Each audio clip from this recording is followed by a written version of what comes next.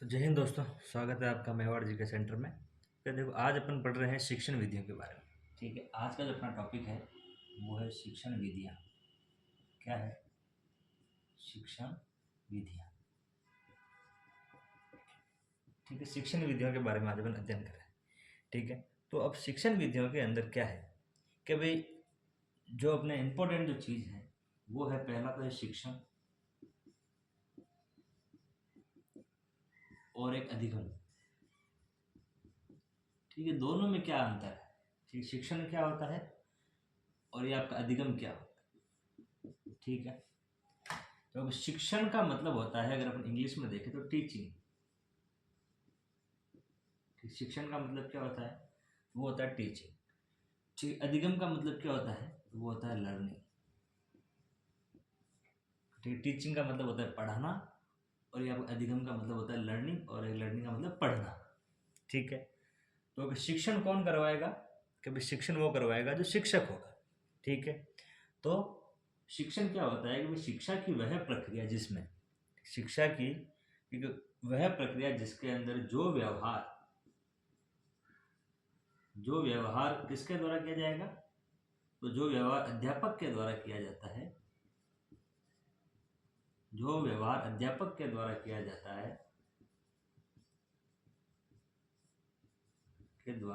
जाता है, वो आपका कहलाता है शिक्षण। ठीक, शिक्षा प्रक्रिया है ना, यहाँ पर लिखिएगा। शिक्षा प्रक्रिया में जो व्यवहार अध्यापक के द्वारा किया जाता है वो आपका कहलाता है शिक्षण। ठीक है, तो फिर अधिगम क्या कहलाता है? ठीक है, तो शिक्षा प्रक्रिया में जो व्यवहार थोड़ा आगे लिख लेना। जो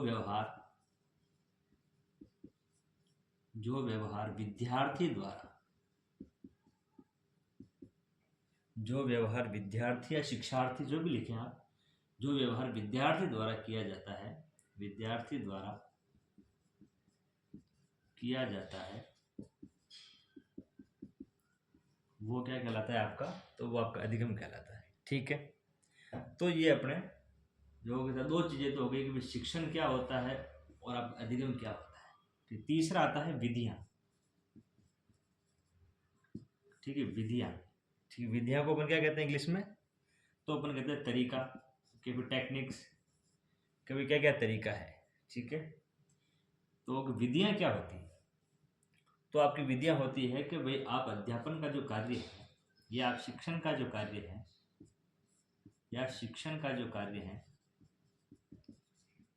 शिक्षण कार्य किस तरीके से करवाते हैं। ठीक है, जिस आप तरीके से आप शिक्षण का अगर आप कार्य करवाएंगे वही आपकी क्या कहलाएगी? शिक्षण विधियां कहलाएगी। ठीक है, तो ये आपकी एकदम सिंपल सी बात है। तो तीन चीजें हैं जो आपको विशेष तौर से ध्यान रखना है। शिक्षण क्या होता है, शिक्षण के बाद आपका अधिगम क्या होता है, और ये अधिगम की विधियां क्या होती है। तो ठीक, शिक्षण विधियों के बारे में पढ़ रहे हैं। तो यहाँ पर शिक्षण विधियों के बारे में अपन को ठीक है दो वैज्ञानिकों का विशेष तौर पर ध्यान रखना है।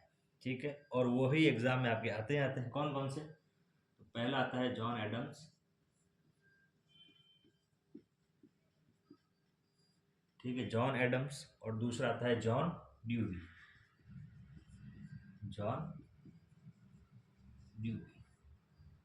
ठीक है, जॉन एडम्स और जॉन ड्यूवी।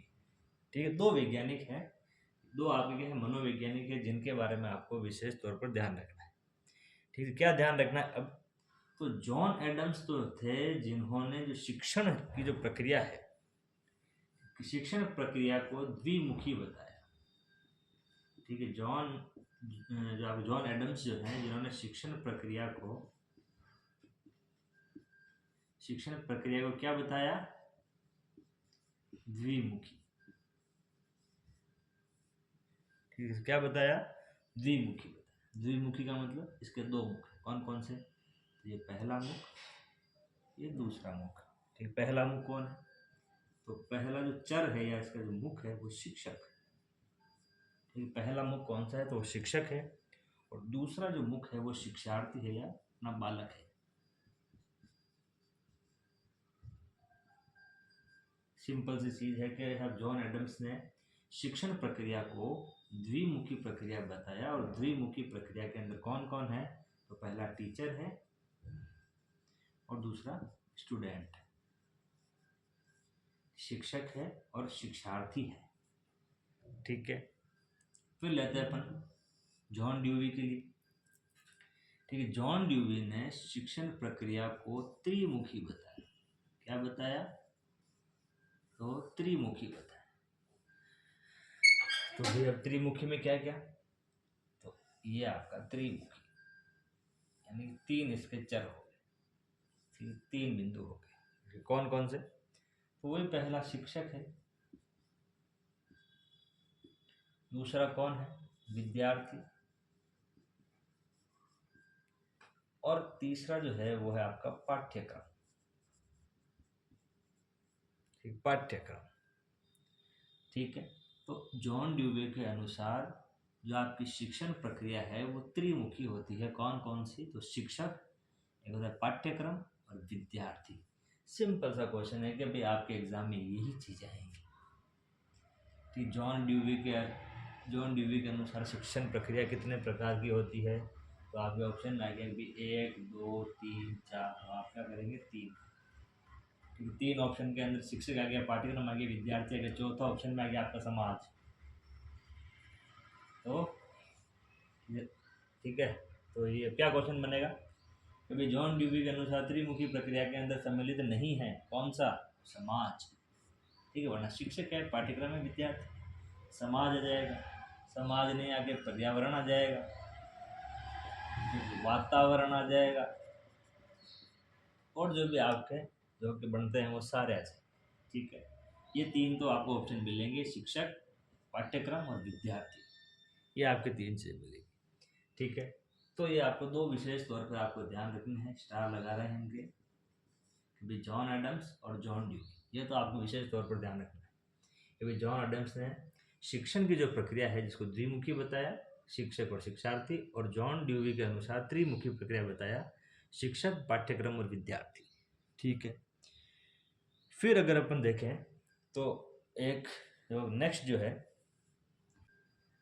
ठीक, नेक्स्ट जो है वो स्मिथ और टॉलमैन के अनुसार, स्मिथ और क्या है? टॉलमैन।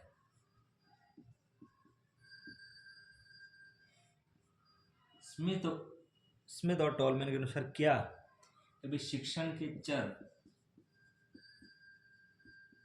शिक्षण के चर है, ठीक, चर बताए उसने। कौन कौन से चर, कितने चर है? तो शिक्षण के, स्मिथ और टॉलमैन ने शिक्षण के टोटल 3 चर बताए। टोटल कितने चर बताए? तो टोटल 3 चर बताए।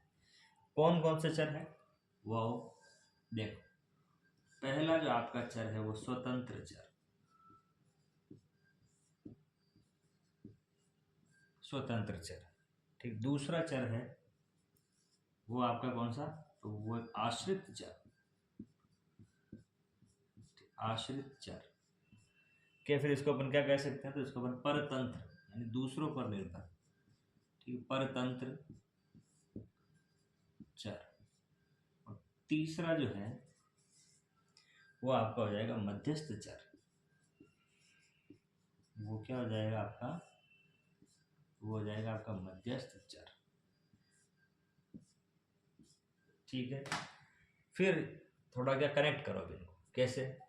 कि भाई जॉन ड्यूवे ने आपको 3 प्रकार की त्रिमुखी जो क्या है शिक्षण प्रक्रिया बताई। कौन कौन सी? तो टीचर, एक स्टूडेंट, और एक आपका क्या है? पाठ्यक्रम, यानी सिलेबस। ठीक है, ये आपकी 3 चीजें हैं।